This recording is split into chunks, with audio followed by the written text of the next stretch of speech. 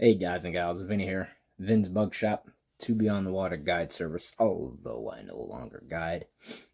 Kids in life kind of got in the way, is what it is. Been fishing squirmy wormies as of late, and I'm thinking back in the day what kind of worm patterns did we had. So we had the San Juan worm, which was made with ultra chenille, and then I used to fish a lot of pink worms that were made out of larva lace. And then there's a simple thread worm, and we used to use wire to rivet to give a little segmentation. So I'm sitting around fooling around. I'm like, why are we messing with the wire? So I'm just using thread, and I'm going to make bumps with the thread, and that's going to give us our segmentation. And then I'm going over the top of it with the Loon Outdoors fluorescing UV clear fly finish. Now, I don't know if I'm sold on this stuff yet. Sometimes it looks nice on the fly, sometimes it just peels off. So I don't know what the deal is. So I'm shaking the heck out of it. It says shake well. So I shake it like crazy. But this pattern is simple. It's just thread. And then the UV coating on the top. And it looks really cool under the UV light. So apparently the fish are supposed to see that better. So they'll see that segmentation. And you can do it in red, you can do it in pink, you can do it in green for an inchworm, like an olive color for a caddis, and then do the head black and make it look like a little caddis. So this is a simple way to do this. So we're going to put a hook in the vise. And we're going to get going here. This is a TMC 205 BL. Mustad makes a hook just like this. 37-160 or something. I don't know. I'm guessing. If I'm wrong, I'll figure it out. But I'm guessing that's what it is. So make this stand out. We're going to tie this with pink. All right. So I'm going to start near the eye. I'm going to wind our way back. Get to about the halfway point. We're just going to snip that thread off. Again, guys, this is so easy. And we're going to wind that back to where we think it needs to be to give us a nice worm. We're going to wind it forward. And we're just getting a little bolt to this, so it's not super skinny. And get it back to the front. And then we're going to go all the way to the back again. And once we get back here, we're just going to start making wraps on top of each other. Now watch, because once you get to a certain height, it'll slide left, slide right. And you don't need to make them that high, but we're just going to keep going over and making a bump. And that bump's going to give us what our segmentation is going to be. A little bump. And once you think you have enough, wind forward a little bit and then make another bump.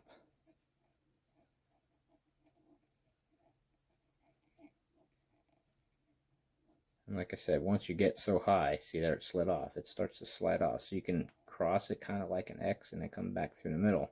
And you get the nice little ball there. Move forward a little bit. I'm trying to get like 4 or 5 of these, I guess.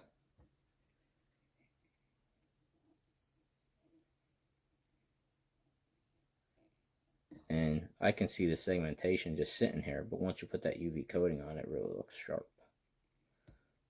See, it slid, so once it starts sliding, it's time to move forward with it. We're going to go down. Put another one right here.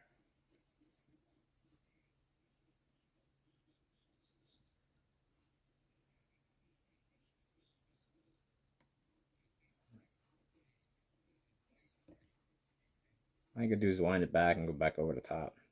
This is not rocket science. This is not overly complicated, guys. It's just when it starts to slide, it's going to slide. And you can exit and kind of get in the middle. There we go. Ah, you bugger. There we go. And then we'll bring it to the front. And then I'm going to whip finish. I'm going to do 5 and 5, and it'll give us another bump here near the front. New whip finisher. I broke the one I've had forever. So I had to buy a new one. And then I broke my original bodkin that I had for, I don't know, 30 years. Something like that.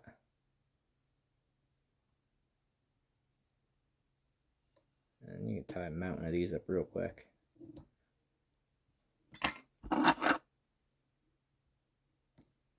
There you go. If you don't have UV stuff, I wouldn't sweat it. Just go over it with your head cement.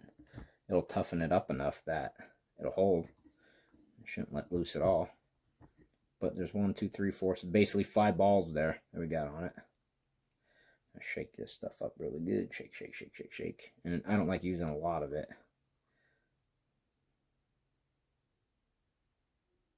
Just enough to coat it. And watch you don't get the eye. Rotate and get the other side and then the other side.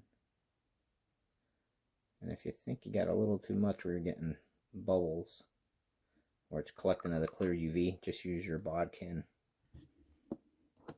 and get it out of the way, which I'm not really seeing any here. But if you have like a big bubble dripping down, just run your bodkin under it, catch it on it, and that'll be good. So I'm just going to keep going in a circle here so that it lays on there nice and even. And when I think I have it nice and even, it's almost like creating a moe egg. You just spin it till you get the shape you want. And cool it down, but you have to cool this down. So, and I got 2 lights, so I hit them on both sides. And say it's like, 20 seconds, 30 seconds. I don't know what it is to cure it. I just put it on it for a good bit.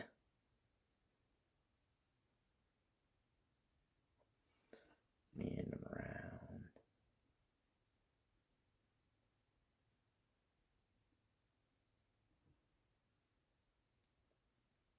That's all it's to it. Thread, head cement, and a hook. So this is the Tiemco TMC 205BL. And I'm fairly certain the must-add one is the 37160. Not the best hook to keep fish buttoned up, but it sure does make great wormies. And I've had not much problems with this hook.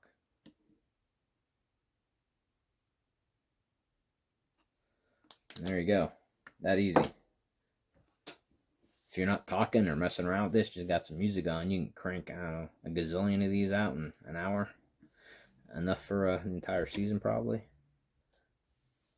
And I'll do one more real quick. Real quick, like.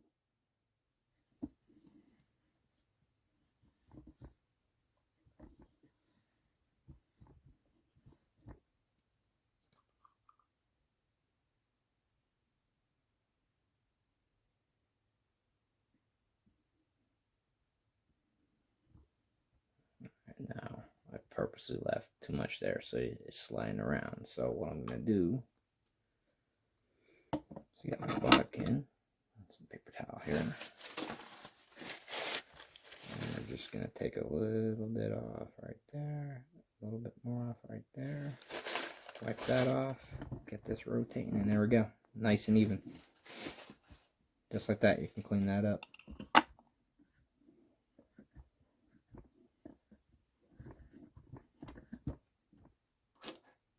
Get that UV light.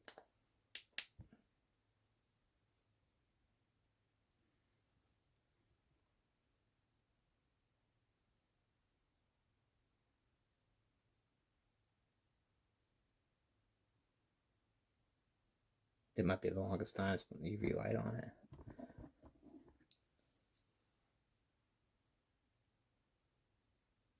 But you can really see that segmentation in here once you just make those little bumps along it. 4 bumps, 5 bumps, I think is plenty. This is a size 16 hook. These aren't big. Like little trouts to be floating down the creek.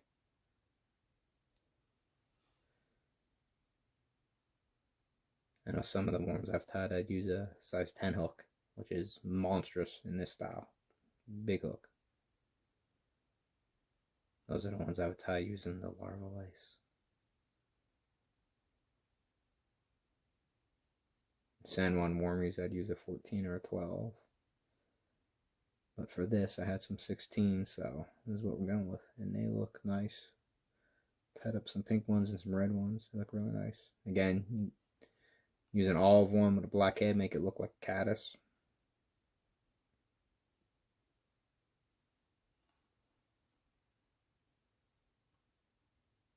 Whatever you want.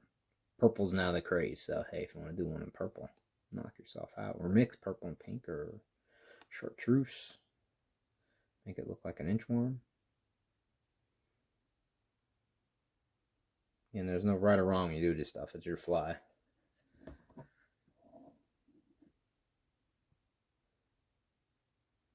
Alright, there we go.